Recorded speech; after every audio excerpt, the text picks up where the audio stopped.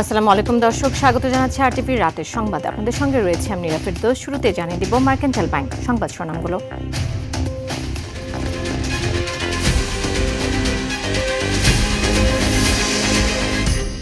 মিয়ানমারে বিভ্রান্তিকর তথ্যে ক্ষুব্ধ ঢাকা, রাষ্ট্রদূতকে ডেকে প্রতিবাদ। মিয়ানমার অ্যাম্বাসেডর আমাদেরকে আশ্বস্ত করেছে যে মিয়ানমার সরকারের সাথে উনি কথা বলবেন এবং এটা ভেরিফিকেশন প্রসেস আছে, সেই ভেরিফিকেশন প্রসেসটা তারা শুরু করেছে, কিন্তু ধীর গতিতে।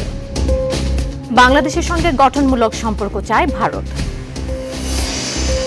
কর নিয়ে বিভ্রান্তি দূর করা বড় চ্যালেঞ্জ, রাজস্ব সম্মেলনে প্রধানমন্ত্রী। ভয় নয়, এনবিআরকে আস্থা অর্জনের তাগিদ। দক্ষ ব্যবস্থাপনার মাধ্যমে জাতীয় রাজস্ব বোর্ডকে এমনভাবে গড়ে তোলা প্রয়োজন যেখানে মানুষ এই প্রতিষ্ঠানকে ভয় না করে বরং বিশ্বাস করবে। ৭০ অনুচ্ছেদের বৈধতা ও রাষ্ট্রপতি নির্বাচন স্থগিত চেয়ে করা রিট খারিজ, অনুচ্ছেদ সংবিধানের সঙ্গে সাংঘর্ষিক নয়, আদালতের পর্যবেক্ষণ। সর্বোচ্চ আদালতের রায় উপেক্ষা করে সেতু কর্তৃপক্ষের জালিয়াতি, চাকরিচ্যুতদের বঞ্চিত করে নতুন নিয়োগের মহোৎসব। এবং এআই ক্যামেরার আওতায় ঢাকা চট্টগ্রাম মহাসড়ক, আইন অমান্য করলে স্বয়ংক্রিয় জরিমানা। যেখানে সাইন সিগন্যাল দেওয়া আছে সেটা অমান্য করলে তার উপরে ফাইন আরোপ করা হবে, অটোমেটিক্যালি এটা বিআরটি এর কাছে চলে যাবে। ঢাকা সহ ৩ শহরে মহিলা বাসের যাত্রা শুরু।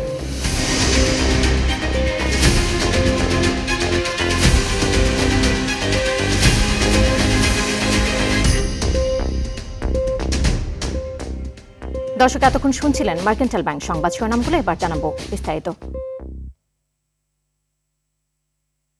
রোহিঙ্গা প্রত্যাবাসনে দ্বিপক্ষীয় চুক্তি করে পতিত আওয়ামী লীগ সরকার সমস্যা আরও বাড়িয়ে গেছে বলে মন্তব্য করেছেন পররাষ্ট্র প্রতিমন্ত্রী শামা উবায়েদ। তিনি বলেন, রোহিঙ্গার সংখ্যা নিয়ে মিয়ানমারের সাম্প্রতিক তথ্যেও বিভ্রাট রয়েছে। এ নিয়ে দেশটির রাষ্ট্রদূতকে ডেকে প্রতিবাদ জানিয়েছে ঢাকা।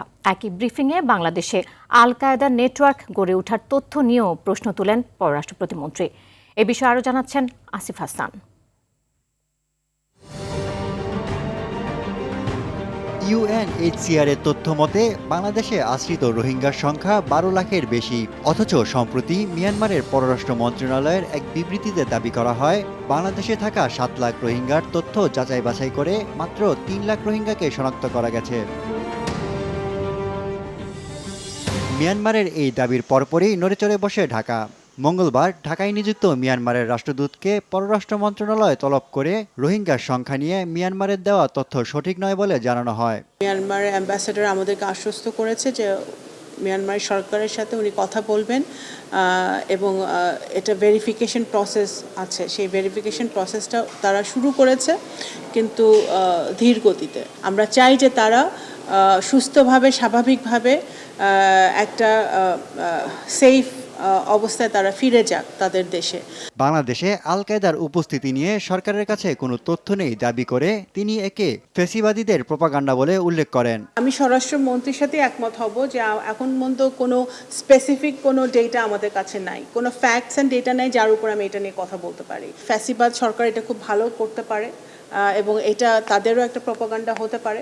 পরে সাংবাদিকদের এক প্রশ্নের জবাবে প্রধানমন্ত্রী তারেক রহমানের ভারত সফর নিয়েও কথা বলেন পররাষ্ট্র প্রতিমন্ত্রী। জানান, সফর নিয়ে এখনও পররাষ্ট্র মন্ত্রণালয়ের কাছে কোনো হালনাগাদ তথ্য নেই।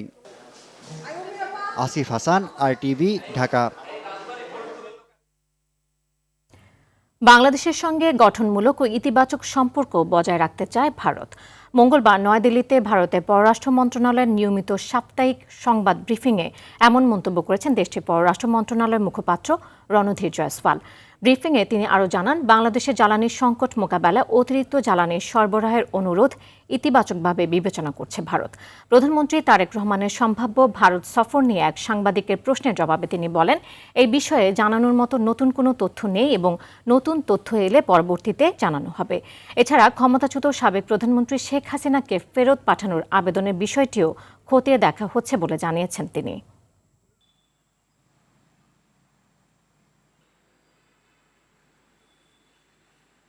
request that we have received, as I had said earlier also.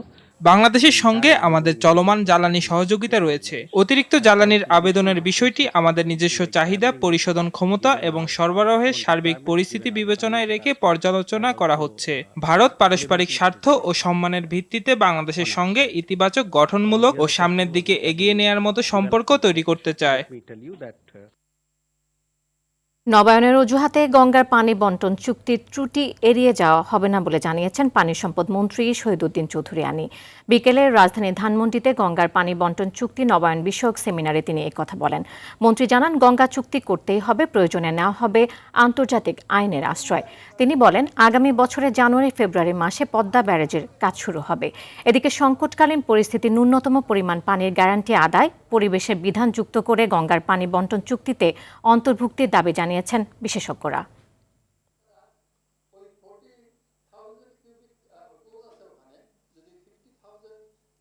এই পদ্মা ব্যারেজটা আমরা জাতির সামনে দৃশ্যমান করে নিয়ে এসেছি। আমরা আশা করছি আগামী বছরের জানুয়ারি ও ফেব্রুয়ারি আমাদের এই কাজটা আমরা ফিজিক্যালি দৃশ্যমান করব এবং যেখানে মাননীয় প্রধানমন্ত্রী নিজে গিয়ে উদ্বোধন করবেন ইনশাআল্লাহ। রাজস্ব নিয়ে জনগণের বিভ্রান্তি দূর করাই চ্যালেঞ্জ বলে মন্তব্য করেছেন প্রধানমন্ত্রী তারেক রহমান। রাজধানী বাংলাদেশ চীন মৈত্রী সম্মেলন কেন্দ্র রাজস্ব সম্মেলন 2026-এ এ মন্তব্য করেন তিনি। জাতীয় রাজস্ব বোর্ডকে আরও জনবান্ধব, দক্ষ, আধুনিক প্রতিষ্ঠান হিসেবে গড়ে তোলার আহ্বান জানিয়ে প্রধানমন্ত্রী বলেন, রাজস্ব ব্যবস্থাপনার উপর করদাতাদের আস্থা ও বিশ্বাস তৈরি হলে রাজস্ব আহরণ অনেক সহজ হয়ে যাবে। বিস্তারিত শামীম চৌধুরীর রিপোর্টে। দেশের অভ্যন্তরীণ সম্পদ ও রাজস্ব আহরণ বৃদ্ধি, আয়কর, ভ্যাট ও শুল্ক আদায়ে গতিশীলতা আনতে নতুন কৌশল নির্ধারণের পাশাপাশি করদাতা ও এনবিআর এর মধ্যে দূরত্ব কমিয়ে আনতে দ্বিতীয়বারের মতো জাতীয় রাজস্ব সম্মেলনের এ আয়োজন। একটি রক্তক্ষয়ী যুদ্ধের মধ্য দিয়ে জন্ম নেয় স্বাধীন। রাজধানীর শেরেবাংলা নগর চীনমৈত্রী আন্তর্জাতিক সম্মেলন কেন্দ্রে চলতি অর্থ বছরের 6,04,000 কোটি টাকা রাজস্ব আদায়ের লক্ষ্যমাত্রা অর্জনের কৌশল এবং কর বাড়ানোর বিভিন্ন পরিকল্পনা তুলে ধরে এনবিআর। এনবিআর এর সামনে এখন শুধু একটাই আওয়াজ, 6,04,000 কোটি টাকার লক্ষ্যমাত্রা অর্জন করা। এ সময় নিজেদের বিভিন্ন দাবি, প্রস্তাব, সমস্যা ও চ্যালেঞ্জ তুলে ধরেন এনবিআর এর ঊর্ধ্বতন কর্মকর্তারা। আমাদের এটাকে কোপ আপ করার জন্য যে কন্টিনিউয়াস ট্রেনিং দরকার, এবং এই ট্রেনিং কিন্তু গতানুগতিক ট্রেনিং, স্পেশালাইজড ট্রেনিং। মত বিনিময়ে তাদের প্রশ্নের জবাব দেন প্রধানমন্ত্রী তারেক রহমান।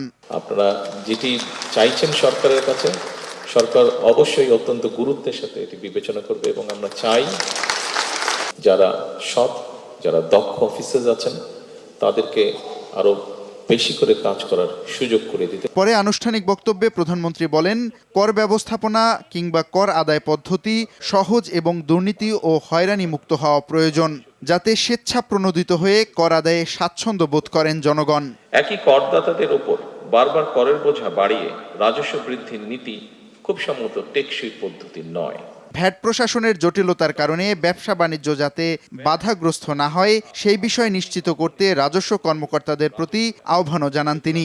দক্ষ ব্যবস্থাপনার মাধ্যমে জাতীয় রাজস্ব বোর্ডকে এমনভাবে গড়ে তোলা প্রয়োজন যেখানে মানুষ এই প্রতিষ্ঠানকে ভয় না করে বরং বিশ্বাস করবে। পরে এনবিআর এর বিভিন্ন স্টল ও মিউজিয়াম পরিদর্শন করেন প্রধানমন্ত্রী। শামীম চৌধুরী, RTV, ঢাকা। সংবিধানের 70 অনুচ্ছেদের বৈধতা ও রাষ্ট্রপতি নির্বাচনের তফসিল স্থগিত চেয়ে করা রিট খারিজ করে দিয়েছে আদালত। এতে 20 আগস্ট রাষ্ট্রপতি নির্বাচন হতে আর কোনো বাধা থাকল না। বিকেলে হাইকোর্ট তার আদেশের পর্যবেক্ষণে বলেছে, এই অনুচ্ছেদ সংবিধানের সঙ্গে সাংঘর্ষিক নয়, আর সংবিধান সংশোধন, সংযোজন কিংবা বিয়োজন আদালতের নয়, জাতীয় সংসদের কাজ। GM মাহমুদের রিপোর্টে দেখুন এর বিস্তারিত। জাতীয় সংসদে দলের বিপক্ষে ভোট দেওয়ার কারণে সংসদ সদস্য পদ শূন্য হওয়া সংক্রান্ত সংবিধানের 70 অনুচ্ছেদের বৈধতা চ্যালেঞ্জ করে গত 13ই আগস্ট হাইকোর্টে রিট করেন আইনজীবী ইউনুস আলী আকন্দ। রিটে আসন্ন রাষ্ট্রপতি নির্বাচনের তফসিল স্থগিত চান তিনি। ফলে ফের আলোচনায় আসে সংবিধানের এই অনুচ্ছেদটি। রিটের উপর সোমবার ও মঙ্গলবার 2 দিন শুনানি করে রিটকারী ও রাষ্ট্রপক্ষ। শুনানি শেষে বিকেলে বিচারপতি খিজির আহমেদ চৌধুরী ও বিচারপতি AFM সাইফুল করিমের হাইকোর্ট বেঞ্চ রিটটি খারিজ করে দেন। আমরা রাষ্ট্রের পক্ষ থেকে বলেছি যে বাংলাদেশ স্বাধীন হওয়ার পরে 1972 সালে যে প্রথম সংবিধান গ্রহণ করা হয়েছিল সেই সংবিধানের 70 অনুচ্ছেদ যেভাবে ছিল এখন আমাদের সংবিধানে সেই 70 অনুচ্ছেদ একইভাবে আছে। আদালত তার সুদীর্ঘ আদেশ ঘোষণা করেছেন এবং সেখানে সরাসরি জনাব ইউনূসুল আকন্দ যে রিট পিটিশনটা সরাসরি খারিজ করে দিয়েছেন। এ সময় 70 অনুচ্ছেদটি সংবিধানের সঙ্গে সাংঘর্ষিক নয় উল্লেখ করে আদেশের পর্যবেক্ষণে বলা হয় এটা সংশোধন করা আদালতের এখতিয়ার নয়। ওই অবজারভেশনটা আদালত দিয়েছেন যে এটা এই আমাদের আদালতের এখতিয়ারের মধ্যে পড়ে না যে পার্লামেন্টকে নির্দেশ দেব আপনি কি করবেন কিংবা করবেন না, ওটা সম্পূর্ণভাবে পার্লামেন্টের বিষয় এবং পার্লামেন্ট ইতিমধ্যে সেই ক্ষেত্রে বিশেষ কমিটি গঠন করে সংবিধান সংশোধন সংক্রান্ত সেটা কার্যকর ব্যবস্থা গ্রহণ করছেন মর্মে আদালত তার মতামত প্রকাশ করেছেন। এর আগে শুনানিতে এই অনুচ্ছেদের কারণে সংসদ সদস্যরা স্বাধীনভাবে তাদের ভোটাধিকার প্রয়োগ করতে পারেন না, যা গণতান্ত্রিক ও সাংবিধানিক অধিকারকে ক্ষুণ্ণ করে বলে দাবি করেন রিটকারী, যার তীব্র বিরোধিতা করে রাষ্ট্রপক্ষ। GM Mahmud, RTV, Dhaka. ঢাকা চট্টগ্রাম মহাসড়কে শুরু হলো কৃত্রিম বুদ্ধিমত্তা ভিত্তিক AI ক্যামেরার মাধ্যমে স্বয়ংক্রিয় জরিমানা বা অটো ফাইন কার্যক্রম। নারায়ণগঞ্জ মহাসড়কে মেঘনা ব্রিজ টোল প্লাজায় এই কার্যক্রম উদ্বোধন করে স্বরাষ্ট্রমন্ত্রী বলেন, সড়কপথে পুলিশ, মালিক, শ্রমিক কেউ চাঁদাবাজি করলে কঠোর ব্যবস্থা নেওয়া হবে। এ সময় সারা দেশে পর্যায়ক্রমে AI ক্যামেরার আওতায় আনা হবে বলেও জানান তিনি। সাকিবুর রহমানের রিপোর্টে দেখুন এর বিস্তারিত। ঢাকা চট্টগ্রাম মহাসড়কে শৃঙ্খলা ফেরাতে এখন থেকে চালকদের প্রতিটি মুহূর্তের গতিবিধি নজরদারিতে রাখবে কৃত্রিম বুদ্ধিমত্তা বা AI ক্যামেরা। মহাসড়কে কোনো চালক শুধু দ্রুত গতিতে গাড়ি চালালেই নয়, উল্টো পথে চলাচল কিংবা মোবাইল ফোনে কথা বললেও তা শনাক্ত করবে ক্যামেরা। নজরদারিতে কৃত্রিম বুদ্ধিমত্তার ক্যামেরার মাধ্যমে করা হবে জরিমানা, যা স্বয়ংক্রিয়ভাবে পৌঁছে যাবে চালকের কাছে। এই কার্যক্রম উদ্বোধন করে স্বরাষ্ট্রমন্ত্রী বলেন, দেশের সব মহাসড়ক AI ক্যামেরার আওতায় আসবে। ট্রাফিক আইন ভঙ্গ করলে, উল্টা পথে যাত্রা করলে, ওভারটেকিং করলে, যে কোনোভাবেই হোক যেখানে সাইন সিগন্যাল দেওয়া আছে সেটা অমান্য করলে তার উপরে ফাইন আরোপ করা হবে। অটোমেটিক্যালি এটা BRT এর কাছে চলে যাবে এবং টেলিফোনিক মেসেজের মাধ্যমে সে গাড়ির মালিকের কাছে, যার নামে রেজিস্ট্রেশন, তার কাছে সেই মেসেজ পৌঁছে যাবে। সেটা একবার, দুইবার, তিনবার হলে তারপরে রেজিস্ট্রেশন ক্যান্সেল হবে কিনা সেটা BRT এর আইন অনুযায়ী হবে। মহাসড়কে কেউ চাঁদাবাজি করলে দ্রুত ব্যবস্থা নেওয়ার হুঁশিয়ারি দেন স্বরাষ্ট্রমন্ত্রী। সেটা মালিক পক্ষ থেকে হোক, শ্রমিক ফেডারেশনের পক্ষ থেকে হোক বা পুলিশের পক্ষ থেকে হোক, সব কিছু ক্যামেরায় যেহেতু রেকর্ডেড থাকবে, আশা করি এই প্রবণতাটা কমবে। প্রযুক্তির আওতায় মহাসড়কটির প্রায় 250 কিলোমিটার সড়কের 5 শতাধিক স্থানে 1427টি ক্যামেরা বসানো হয়েছে। 3 হুইলারগুলো মহাসড়কে চলতে দেয়া ঠিক নয়, সেটা আমরা মেনটেন করব। সাকিবুর রহমান, RTV, নারায়ণগঞ্জ। এদিকে 3টি রুটে 14টি পিঙ্ক কালারের বাস দিয়ে ঢাকা, চট্টগ্রাম ও বগুড়ায় একযোগে যাত্রা শুরু করল BRTCর বিশেষ মহিলা বাস সার্ভিস। সকালে BRTC তেজগাঁও ট্রাক ডিপোতে সেবার আনুষ্ঠানিক উদ্বোধন করেন সড়ক পরিবহন, রেলপথ ও সেতু মন্ত্রী শেখ রবিউল আলম। বলেন, সরকারের 180 দিনের কর্মপরিকল্পনার অংশ এই মহিলা বাস সার্ভিস। আব্দুর রহিমের রিপোর্টে দেখুন বিস্তারিত। বিএনপির নির্বাচনী ইশতেহার পূরণে সরকারের 180 দিনের কর্মপরিকল্পনায় চালু হলো মহিলা বাস সার্ভিস। নারী চালক এবং কাউন্টার দ্বারা পরিচালিত এ সেবা নারীর ক্ষমতায়নের পথে এক বড় সাফল্য বলে মনে করেন সংশ্লিষ্টরা। একটা ভালো মন নিয়ে আমরা অফিস করবো, গাড়িতে উঠবো, ওখানে ভালো একটা পরিবেশ মন নিয়ে আমরা অফিস ঢুকবো। এটা বাস্তবায়ন এখন হচ্ছে, আস্তে আস্তে আপনি এটা দেখবেন আরো বড় পরিসরে হচ্ছে, আরো ভালো কিছু হচ্ছে, আপনি সেটা দেখতে পাবেন। উদ্বোধনী অনুষ্ঠানে BRTC চেয়ারম্যান বলেন, মহিলা বাস সার্ভিস পরিচালনায় ইতিমধ্যে নারী চালকদের হালকা যান থেকে ভারী যানবাহন চালানোর প্রশিক্ষণ দেওয়া হয়েছে এবং ভবিষ্যতে ইলেকট্রনিক ভেহিকেল চালানোর জন্যও নারীদের প্রশিক্ষণ দেওয়া হবে। সিটি সার্ভিসের EV বাস চালু করার জন্য আরো 400 কোটি টাকা, মোট 800 কোটি টাকা আমাদেরকে জিওবি ফান্ড থেকে দিয়েছে। এ সময় সড়ক ও রেলপথ প্রতিমন্ত্রী হাবিবুর রশিদ বলেন, এসেবার মতো সকল ক্ষেত্রে নারীরা এগিয়ে আসলে টেকসই অর্থনীতি গড়তে ভূমিকা রাখবে। তথ্য প্রযুক্তি এই সময়ে গণপরিবহন ব্যবস্থাকে আধুনিক প্রযুক্তি নির্ভর যাত্রী বান্ধব করার লক্ষ্যে যুগের সাথে তাল মিলিয়ে এই বিশেষ মহিলা বাস সার্ভিসের ই-টিকিটিং ব্যবস্থা চালু করা হয়েছে।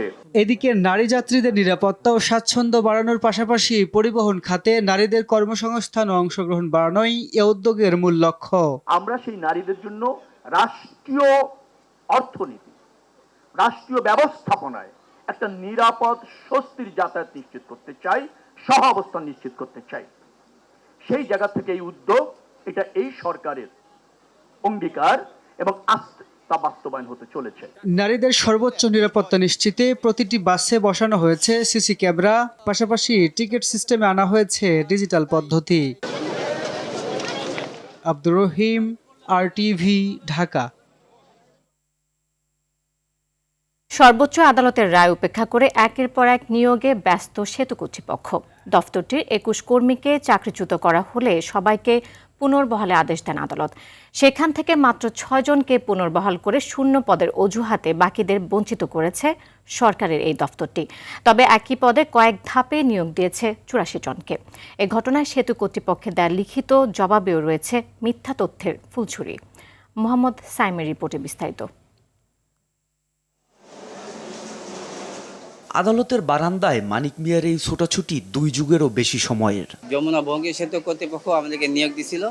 নিয়োগ দেওয়ার পরে আমাদেরকে 2001-এর বাতিল করছে। বাতিল করার পরে আমরা হাইকোর্ট, সুপ্রিম কোর্টের আপিল বিভাগ আমরা রায় পাইছি। রায় পাওয়ার পরেও 6 জনকে নিছে, আমাদেরকে নিচ্ছে না, তাল বাহানা করে। 2001 সালে তরুণ মানিক মিয়া MLSS পদে চাকরি নিয়েছিলেন যমুনায়। পরে একই সালে নিয়মিত করা হয় তিনি সহ 21 কর্মীকে, কিন্তু মাত্র 7 মাসের মধ্যেই চাকরিচ্যুত করা হয় তাদের। পরে আদালতে রিট পিটিশন করেন তারা, রায় হয় চাকরি পুনর্বহালের। এরপর রায়ের বিরুদ্ধে আপিল করে সেতু কর্তৃপক্ষ, সেখানেও হারে তারা। এভাবে সব আদালতেই তাদের চাকরি বহাল রেখে রায় প্রকাশ করলেও তা বাস্তবায়ন করেনি সেতু কর্তৃপক্ষ। সুপ্রিম কোর্টে যে রায় পাইলাম, সে রায়টাও তারা ছুঁড়ে ফেলে দেয় কাঁঠাল পাতার মতো আর কি। তা এখন আমরা কোর্টের রায় পাওয়ার পরেও যদি আমাদেরকে ছুঁড়ে ফেলে, তাহলে আমরা কোথায় যাব? আমরা এ বিষয়ে কথা বলতে রাজি হয়নি সেতু কর্তৃপক্ষের কোনো কর্মকর্তা। তথ্য চেয়ে আবেদন করা হলে দেন মিথ্যা তথ্যে ভরা সাফাই জবাব। তারা দাবি করেন শূন্য পদ না থাকায় 6 জনের চাকরি পুনর্বহাল করে বাকিদের নেওয়া সম্ভব হয়নি এবং রায় পরবর্তী নিয়োগে চাকরিচ্যুতরা আবেদন না করায় তাদের নেওয়া যায়নি। অথচ 2015 সালের এই নিয়োগে তাদের স্বাক্ষরিত আবেদন অস্বীকার করা হয়। যেখানে কোর্টের সর্বোচ্চ রায়ে 8 জন চাকরি করতেছেন, তো সেখানে আমাদেরকে কেন পুনর্বহাল করা হলো না? তার পরিপ্রেক্ষিতে শূন্য কোটা তো একাধিকবার লোক সেতু বিভাগ নিয়োগ দিলেন। ভুক্তভোগীরা বলছেন চাকরিচ্যুতির পর থেকে নিয়োগ বিজ্ঞপ্তির প্রকাশ পেলেই আবেদন করেছেন তারা, কিন্তু নতুন লোক নিয়োগেই ব্যস্ত ছিল সেতু কর্তৃপক্ষ। আমাদেরকে নিয়োগ খালি থাকার পরেও নিয়োগ দিচ্ছে, কিন্তু আমাদেরকে অ্যালাউ করতেছে না। আইনজ্ঞরা বলছেন বাধ্য না হলে আদালতের আদেশ মানতে গড়িমসি করে আমলারা। আবার আদালতে যেতে হবে যে আমার আদেশ মানছেন না, আদালত অবমাননা, তারপরে রুল জারি হবে, তারপর তাকে পার্সোনাল এপিডেন্স দিলে কোর্ট আসার পরে বলবে যে আপনি নিয়োগ দিবেন না, আপনার বিরুদ্ধে ব্যবস্থা নেব। ওই রকম একটা চরম পর্যায়ে যাওয়া ছাড়া অধিকাংশ ক্ষেত্রে আমাদের প্রশাসনের ক্ষেত্রে আমরা দেখি তারা সেটা চূড়ান্তভাবে মানতে চায় না বা মানেন না। এটা একটা আমাদের কালচার হয়ে গেছে। এই কালচারের কারণে কিন্তু আমাদের আইনের শাসনের দুর্বলতা দেখা দিয়েছে। কোনো উপায় না পেয়ে অবশেষে আদালত অবমাননার মামলা করে মানিক মিয়া। চান রায়ের যথাযথ বাস্তবায়ন ও দীর্ঘদিন হয়রানি করায় দোষীদের দৃষ্টান্তমূলক শাস্তি। মোহাম্মদ সাইম, RTV, ঢাকা।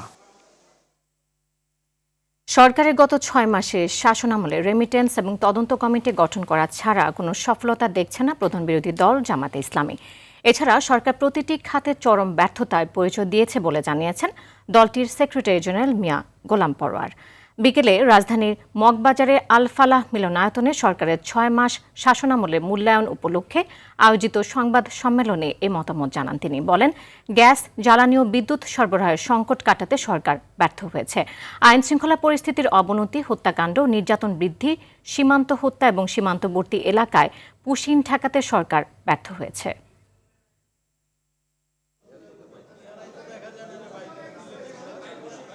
যারা রেমিটেন্স বিদেশে পাঠাচ্ছেন, এই রেমিটেন্সের কারণেই রিজার্ভের ক্ষেত্রে কিছুটা হলেও একটা স্থিতিশীল পরিস্থিতি মাঝে মাঝে লক্ষণীয় হচ্ছে।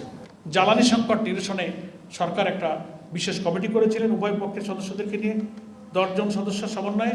আর সরকারের প্রত্যেকটি মন্ত্রণালয় এবং বিভাগে আমরা ব্যর্থতার দৃশ্যই শুধু চোখে দেখতে পাচ্ছি। তরুণদের খেলাধুলায় উৎসাহিত করতে আয়োজিত Ifad pillow chips presents Dhaka inter school champions league এর গ্র্যান্ড ফিনালে অংশ নিয়েছে আর্জেন্টিনার কিংবদন্তি ফুটবলার ক্লদিও ক্যানেজিয়া। রাজধানীর ফর্টিস ডাউনটাউন রিসোর্টে অ্যান্ড গ্রাউন্ডসে অনুষ্ঠিত ফাইনালে তার উপস্থিতি তরুণ ফুটবলারদের মধ্যে ব্যাপক উৎসাহ সৃষ্টি করে। ঢাকা 36টি স্কুলের অংশগ্রহণে আয়োজিত এই টুর্নামেন্টের ফাইনালে বিআইটি স্কুলকে 3-0 গোলে হারিয়ে চ্যাম্পিয়ন হয় ঢাকার নৌবাহিনী কলেজ। অনুষ্ঠানে তরুণদের মোবাইল ফোন ও স্ক্রিনে বেশি সময় না দিয়ে মাঠে খেলাধুলায় অংশ নেওয়ার আহ্বান জানান ইফাদ মাল্টি প্রোডাক্টস লিমিটেডের সিইও কাজী আরিফ জামান। এ সময় উপস্থিত ছিলেন বাংলাদেশে নিযুক্ত আর্জেন্টিনার রাষ্ট্রদূত মার্সেলো কার্লোস সেসা সহ অনেকে। শৃঙ্খলা ভঙ্গের দায়ে জাতীয় দলের ফরওয়ার্ড মোহাম্মদ আলামিনকে 15 ম্যাচের দীর্ঘ নিষেধাজ্ঞা দিল ফিফা। গত জুনে মালদ্বীপে অনুষ্ঠিত 4 জাতির টুর্নামেন্টের স্বাগতিক মালদ্বীপের বিপক্ষে শেষ ম্যাচে রেফারিংকে কেন্দ্র করে দলের ফুটবলারদের সাথে হাতাহাতি ও মারামারিতে জড়িয়ে পড়েন তিনি। এরই প্রেক্ষিতে এই কঠোর শাস্তির সিদ্ধান্ত জানায় ফিফা। সাধারণত বছরে মাত্র 7 থেকে 8টি ম্যাচ খেলে জাতীয় দল। এই নিষেধাজ্ঞার ফলে আলামিন প্রায় 2 বছর আন্তর্জাতিক ফুটবলের বাইরে থাকবেন, যা তার ক্যারিয়ারের জন্য বড় ধাক্কা। 1989 সালের পর দেশের কোনো ফুটবলারের ক্ষেত্রে এমন বড় শাস্তির নজির নেই। অবশেষে ফিফা নিষেধাজ্ঞা থেকে মুক্ত হলো দেশের ঐতিহ্যবাহী ঢাকা ক্লাব আবাহনী। বিশ্ব ফুটবলের নিয়ন্ত্রক সংস্থার রেজিস্ট্রেশন ব্যান পোর্টাল থেকে ক্লাবটির নাম আনুষ্ঠানিকভাবে প্রত্যাহার করা হয়েছে। ফলে আসন্ন ঘরোয়া ফুটবলে খেলোয়াড় নিবন্ধনে আর কোনো আইনি বাধা রইল না দলটির সামনে। বিদেশি ফুটবলারদের পাওনা অর্থ পরিশোধ না করার কারণে গত মৌসুমের শুরুতে আবাহনীর উপর মোট 3টি ফিফা নিষেধাজ্ঞা আরোপ করা হয়েছিল। ফলে গত লিগের মধ্যবর্তী দল বদলে কোনো খেলোয়াড় নিবন্ধন করাতে পারেনি ঐতিহ্যবাহী এই ক্লাবটি। পরবর্তীতে নতুন মৌসুমের শুরুতে 2টি নিষেধাজ্ঞা প্রত্যাহার করা হলেও একটি অবশিষ্ট ছিল। সম্প্রতি সিরিয়ান এক ফুটবলারের পাওনা পরিশোধের পর ব্যাংকিং প্রক্রিয়া সম্পন্ন হওয়ায় শেষ নিষেধাজ্ঞাও আজ প্রত্যাহার করে নেয় ফিফা। ফলে নতুন মৌসুমে খেলতে, ক্লাব লাইসেন্সিং করতে এবং খেলোয়াড় নিবন্ধনে আবাহনীর আর কোনো বাধা নেই। শেষ করার আগে মার্কেন্টাইল ব্যাংক সংবাদ শিরোনামগুলো জানিয়ে দিব আরও একবার।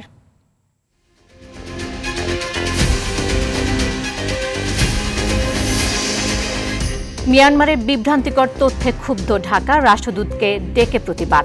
বাংলাদেশের সঙ্গে গঠনমূলক সম্পর্ক চায় ভারত। কর নিয়ে বিভ্রান্তি দূর করা বড় চ্যালেঞ্জ, রাজস্ব সম্মেলনে প্রধানমন্ত্রী। ভয় নয়, এনবিআরকে আস্থা অর্জনের তাগিদ। 70 অনুচ্ছেদের বৈধতা ও রাষ্ট্রপতি নির্বাচন স্থগিত চেয়ে করা রিট খারিজ, অনুচ্ছেদ সংবিধানের সঙ্গে সাংঘর্ষিক নয়, আদালতের পর্যবেক্ষণ। সর্বোচ্চ আদালতের রায় উপেক্ষা করে সেতু কর্তৃপক্ষের জালিয়াতি, চাকরিচ্যুতদের বঞ্চিত করে নতুন নিয়োগের মহোৎসব। এবং এআই ক্যামেরার আওতায় ঢাকা চট্টগ্রাম মহাসড়ক, আইন অমান্য করলে স্বয়ংক্রিয় জরিমানা। ঢাকাসহ 3 শহরে মহিলা বাসের যাত্রা শুরু।